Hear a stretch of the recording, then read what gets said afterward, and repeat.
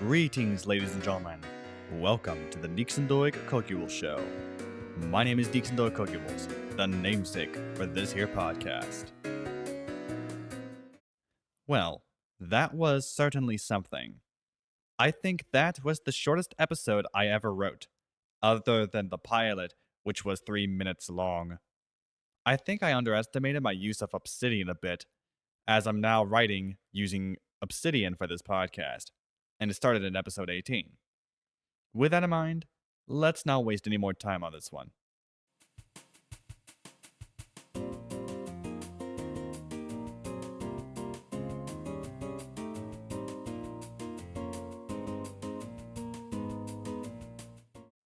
I'll be just going into a mishmash of things that I've been doing as of late and researching.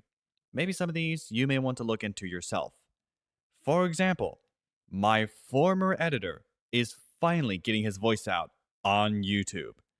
It in the latest video from my news channel, the Cöcülës Reddit readings, after some time in hiatus. His only request was that I go ahead and edit the videos for the channel and help him set up an Obsidian vault so he could write these scripts himself. How come I hadn't thought of that? Well, that would certainly be easier to do if I had started using Obsidian earlier.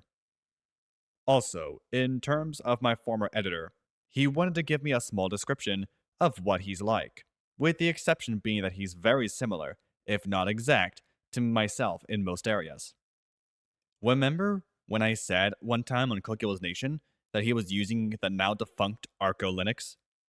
Well, that's because he was using it at the time.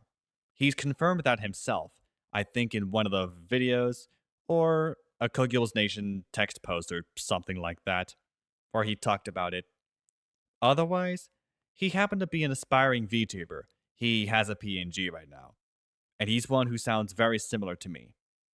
He also wears a monochrome suit. Just nothing special for his design. And we don't even have an official design yet. The only evidence of it is a Stable Diffusion 1.5 generated face shot that I have of him. The model I used, the AI model, was Mistoon Diamond with the one shot and Coconut Laura, and he already looks much better than what we originally had for him. I tested an SDXL model to see how he'd like that version, but his hair looks a little messy, especially since he combs his hair, and I don't. I've probably gone ahead and generated another version of it using Blue Pencil XL, the model I use for SDXL, making sure it fits as close to the original as possible. Granted, I cleaned the metadata out of all the pictures using Mat 2. I'll probably go through that later in this episode. At least, whenever I need to use a different PFP, if necessary, then I can just AI generate them locally using my SD 1.5 models or SDXL. I didn't train the models, but I downloaded them and saved them locally. Because no dir.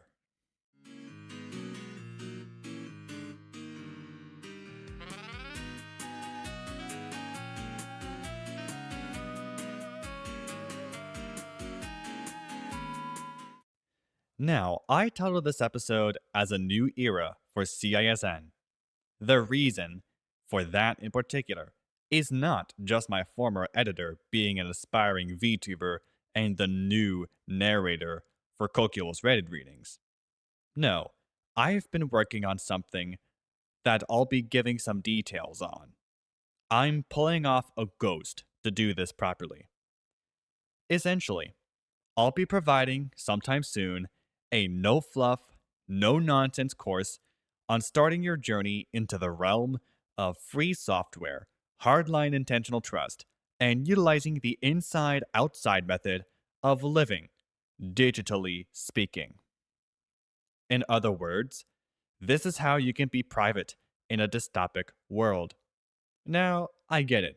Many people are doing this, like Gabriel Custodiet of Watchmen Privacy with Escape the Technocracy, or Xavier Maverick of Privacy X with his Ultra Ghost program.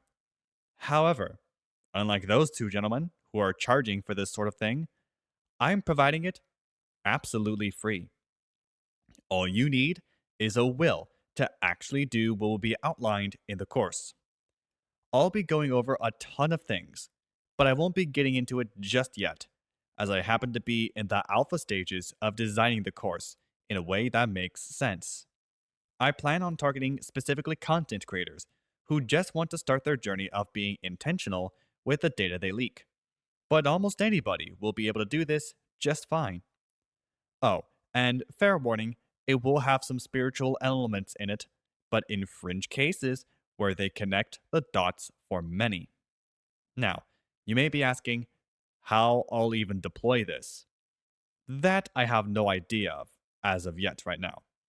So if you have any recommendations, feel free to let me know. I have some idea of how, but for the time being, I'd want to do something to ensure I can do this properly and privately.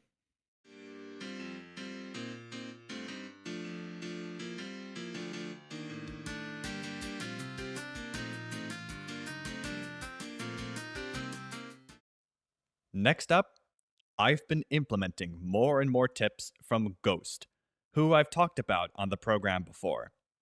His work and Obsidian setup structure are the reason why I started using Obsidian obsessively nowadays.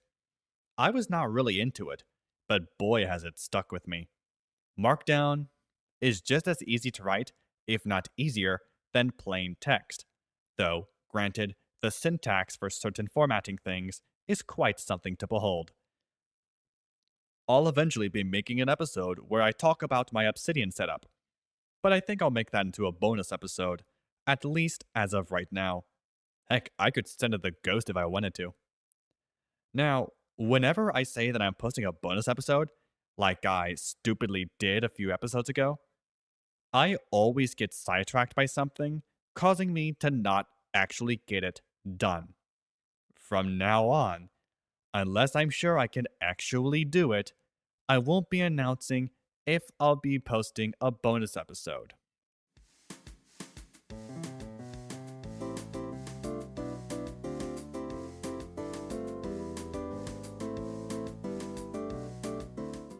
Speaking of, one of the methods that I have is attempting to get data off of data brokers, my personally identifiable information in particular.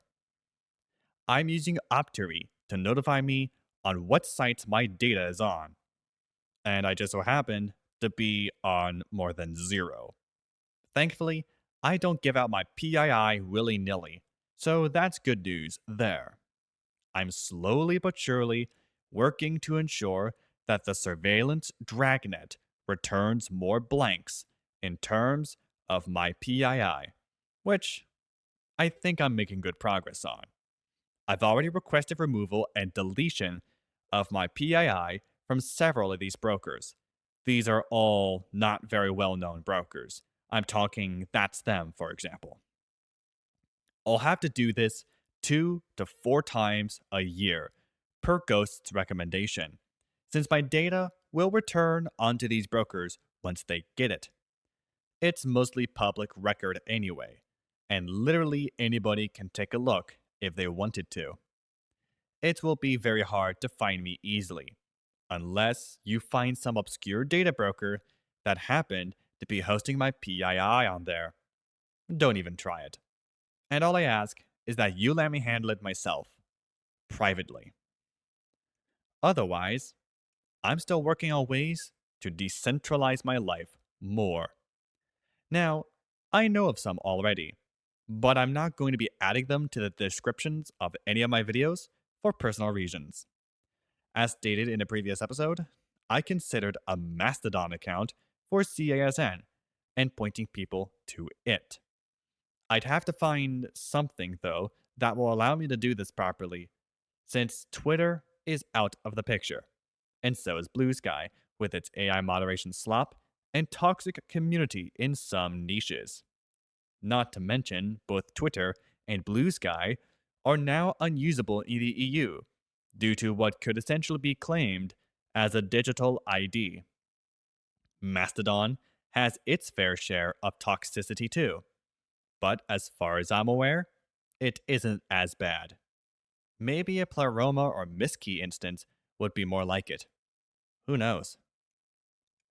Another consideration I made, even though it's also centralized like Mastodon in some cases, is a Reddit alternative called Lemmy. I'm sure there are folks on it and forks of it. And I'll have to look into this as well. I'd be happy to start a sub Lemmy on CISN so people can flock there if they're interested. I'll have to speak with my former editor about it and see if that's a viable option. I know that once my former editor establishes himself, he'll probably be on Mastodon and Lemmy sometime in the future. I'll probably have to set up one of my browsers, put multi account containers on it, in order to do this without him cross referencing.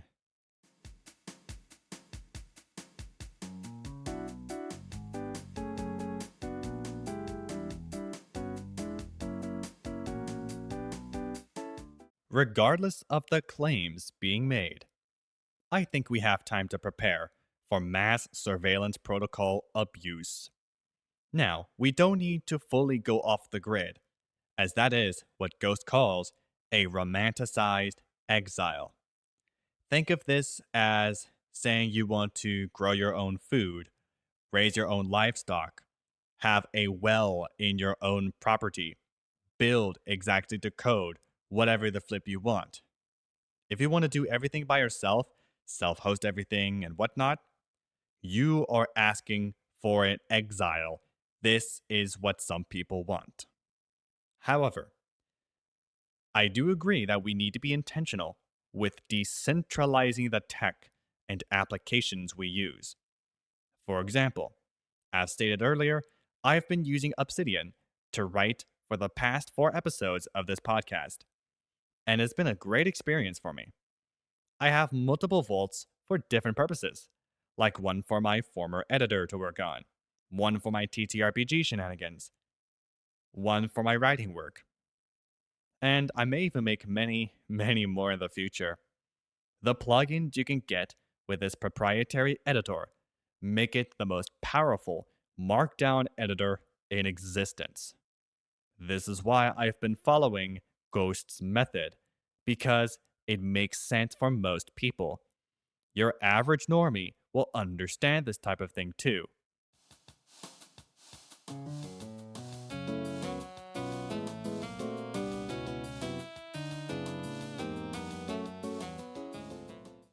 Now, lately, you may have been asking where the face cam is to yourself. Well, I have been going faceless as of late because I'd want my body to be clean whenever I do so. However, I don't tend to shower as much as I should, mainly because I want to save energy where I currently reside. And our energy company is completely backwards. Doing some things, like showering or cooking, spikes energy usage, and we kinda want to keep our energy usage under 30 kilowatt hours if we can. 20 would be nice, but under 30 would be more acceptable. That's the reason you don't see me in a suit that often anymore, since whenever I make an appearance with a face cam, I'll be in a suit and sunglasses. Now, if you're new to CISN and don't believe me, watch any of the older videos on this channel or Cöcülës Nation, and you will get an idea of what I go for in my garb.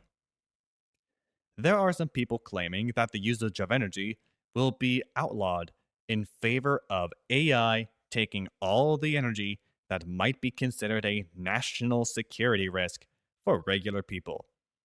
I wouldn't go too far into that claim, but I will say that AI structures are straining the grid quite a bit.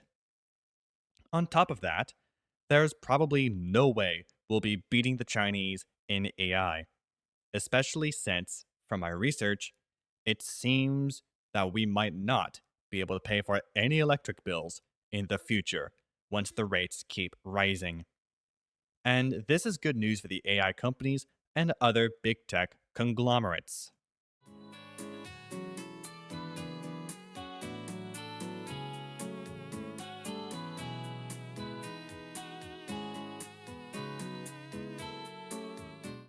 Another issue seems to be coming from the Cyber Gizmo, where its host, DJ Ware, basically mentioned in passing that YouTube might be deranking and devaluing tutorials, how-to videos, and reviews. That's simply because they want stupidity to win. Now, why is this deranking happening exactly? That I'll have to look into. But from the looks of things, YouTube is trying to be a brain rot based site, just like some other sites are, including The Hub. As for the reason why, I think it's because people, like myself in some cases, are actually too smart for the dumbed down masses. Blue Drake 42 actually talked about this on YouTube, saying that it may be going in a more educational and informational manner some time back. But I think Connor might need to reevaluate this claim a bit. He might have the same conclusion, or a similar one to his older thoughts on the matter. However, that might change with the direction the YouTube algorithm is being programmed. Hey, it's an AI based algorithm with paranoid schizophrenia mixed with sociopathy and psychopathy. Not to mention, it might have megalomania and bipolar disorder as well. Who knows? I will not allow myself to be dumbed down, and I won't dumb down anybody. Intelligence is what's ultimately being killed, and it's by design. There are many events that are causing this, but there's one centralizing factor that I might explain in a bonus episode in the future, if I plan that right. That said, though, it stinks to see what's happening to society at large all around us.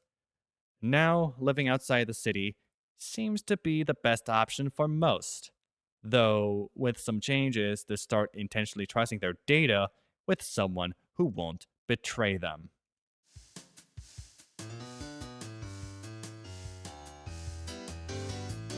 Last for today, speaking of dumbing down, there is a group known as Collective Shout, which is a feminist NGO out of Australia. Basically, they recently bullied payment processors like Visa, MasterCard, and PayPal into censoring certain things they don't like because they're fictitious and don't cause any harm, unless someone decides to act out what they see in fiction for some stupid reason. Gaming stores like Steam and Itch were targeted by Collective Shout via the payment processors doing the dirty work for them. Oh, and they also defended the movie Cuties. This is Collective Shout doing it. And that's just wrong. They're hiding some really disgusting stuff through their founder, Melinda Tankard Reist, who's questionable at best, but completely tyrannical at worst. Based upon my research on the matter, she's been in the wrong for censoring fiction. Sure, it can cause a lot of health issues in younger people, roughly my age. I get it. However, you don't need to remove it and alienate people who are lonely and are unable to get a life and touch grass. Melinda should be reconsidering the decision she made to bully the payment processors into removing stuff she didn't like due to her ideology. Likewise, the payment processing CEOs should be ashamed of themselves for allowing the bullying and click like behavior that resulted in it. That's just how I see it, though, as a gamer myself.